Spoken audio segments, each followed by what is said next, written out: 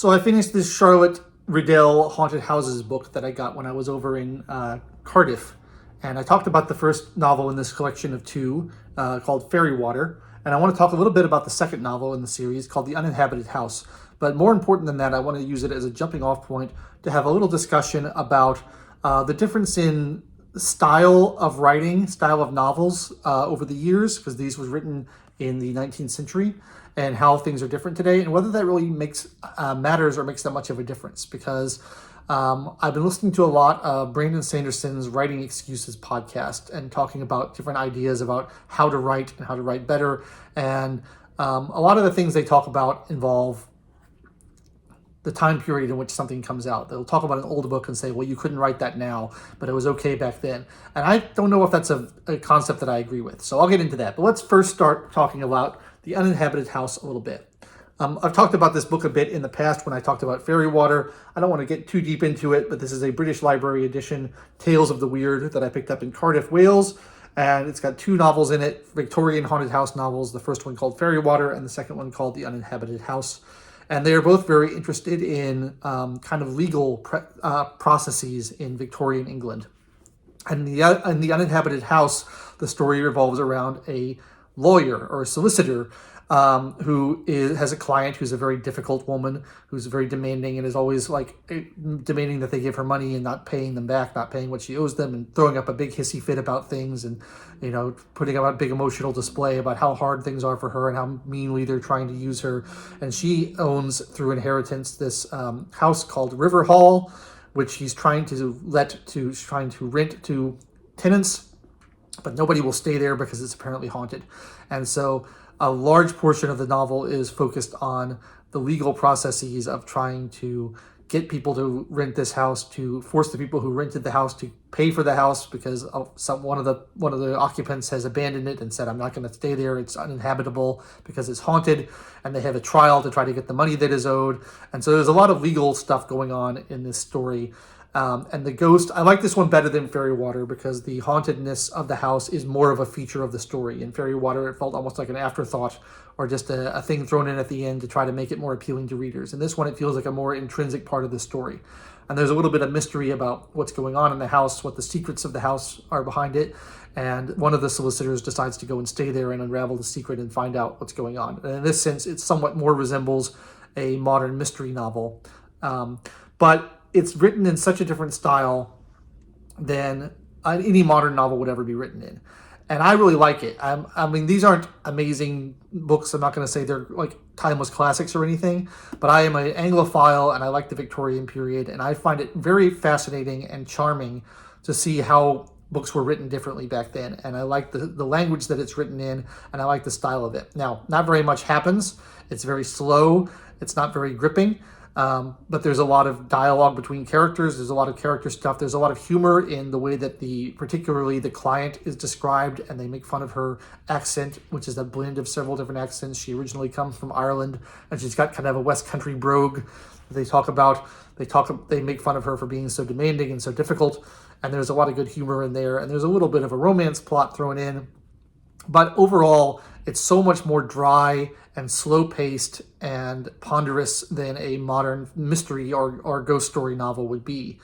And I wanted to it got me thinking, because I've been listening to this podcast, Writing Excuses, and they keep talking about, well, yes, Tolkien is great, but when he wrote The Lord of the Rings, there was a different time, and you couldn't write like that now. And I don't know if I agree with this concept of writing really changing over the years in terms of what's good and what's not. Now, there's a difference between what's good and what's marketable. Now, I totally agree. You could never market a book like this today. You could never sell a book like this today. No literary agent or publisher would agree to publish a book like this today because it's not what's in vogue. It's not what the style people want. Although this was printed recently and I bought it, so clearly you can sell it to people. And I don't think the fact that it's old is the reason I bought it. I think that if it came out today, I would still be interested in it and still buy it. So there are people who will buy it, but the market is not very conducive to this sort of thing. But if you're not talking about the market and marketability, and you're just talking about what's good, what's a good story, I think that time period doesn't matter so much. I feel like good stories are good stories whenever they're told. And it's kind of dismays me to see people talking about writing as if you have to write what is popular now. and you have to write, what sells now. And I guess if you want to make a living as a writer and you want to cater to the market to a certain extent, you have to think about those things. But I think it's really limiting because you're sort of boxing yourself into, I have to write what's popular. And that if everybody writes what's popular, then there's not going to be a lot of innovation and there's not going to be a lot of new ideas out there because everyone's just going to be trying to write what's popular instead of what they really want to write or what speaks to them.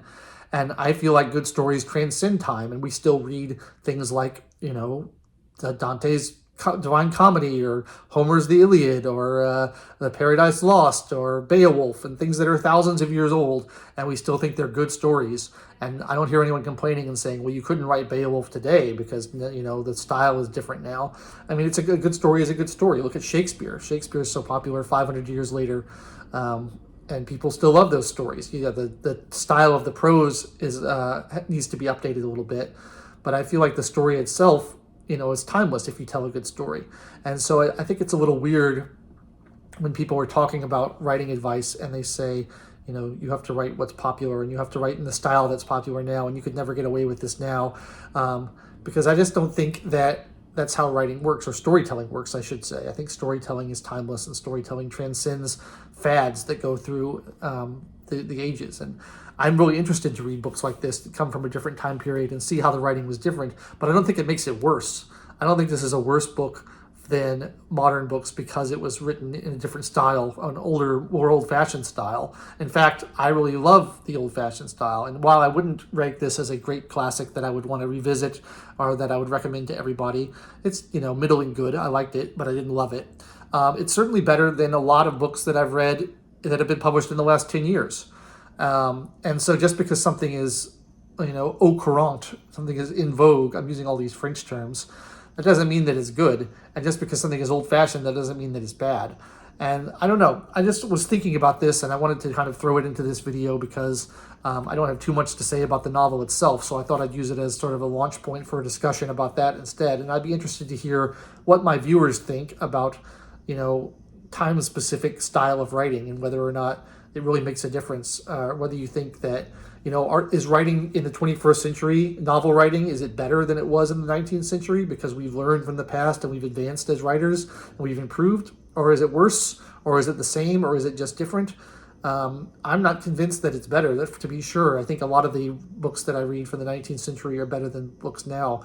And so if a book like, say Moby Dick or something is better than a book published today, and it's more enjoyable and it's more exciting for the reader and the readers get more pleasure out of it, then why can't you write a book like that now? Why can't you write in that style now if people still enjoy these books and think they're good?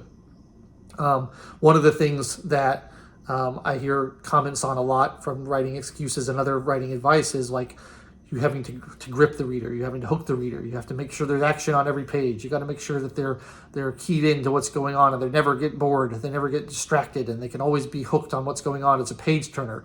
And yeah, that's certainly nice when that is the case and you can't put a book down, but there's many, many great books where that's not the case, and this is certainly not the case in this book. And this was a very popular book in its day. So why was there a greater tolerance for slower pacing in the past than there is now? Are people stupider now? Are people more distracted because of their phones and their devices and their social media now?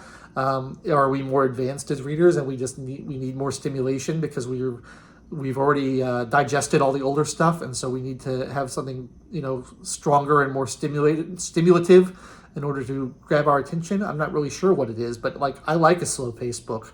I like a book where I'm not feeling like I'm hooked on every page. I like a book where it has room to breathe, and I can get to know the characters, and I can get to know the setting, and I don't feel like I have to be bombarded with action scenes at all times. An example I'll give is one of my very favorite novels by Victor Hugo, my favorite novelist, perhaps, with the exception of Tolkien. I love Victor Hugo so much. In one of his novels, which I really love and no one has ever read, called The Toilers of the Sea, Les Travailleurs de la Mer. It's an amazing, amazing book, and it was written when he was in exile on the island of Guernsey for his political opinions. And the first 60 pages of the book are just a description, very detailed description of the island of Guernsey, with no action, no characters at all, just the setting for 60 pages. And you wouldn't be able to write that now. No literary agents, no editors would accept that such a thing. They would say you have to get people hooked in faster. But I think it's beautiful. It's beautiful prose. It's gorgeous setting. You really feel like you're immersed in the place when you read that book, and it's one of my favorite books. And I don't find it boring at all. I find it amazing. And so I just don't really understand this modern mindset where everything has to be action and where everything has to be of the time. And they say if something is old-fashioned, therefore it means it's bad. And like I said, I get it if you're talking about just, sales. I guess that's kind of a problem. But if you're just talking about art, and I think of writing as art more than I think of it as entertainment or commercialism, I'm interested in why that's a problem now, because I don't think it is. And I think I love old-style stuff, and I love a lot of those books, and I think I would love those books if they were published today just as much as I love them being published 150 years ago. So those are my thoughts on both Charlotte Riddell's The Uninhabited House and the general trend in writing fads or writing style that progresses or fails to progress over time. And I would love to hear your thoughts on this in the comments. I think we could have a nice discussion on it. So please leave me your thoughts down below. And if you enjoyed this little discussion, please like the video and subscribe to the channel, because I'll be back next week with more either book reviews or talking about writing or talking about something book related. I don't know what it's going to be yet, but so you'll be surprised and I'll be surprised, and it'll be a good time. But I hope you've enjoyed this video. I hope you've enjoyed watching, and I will catch you next time.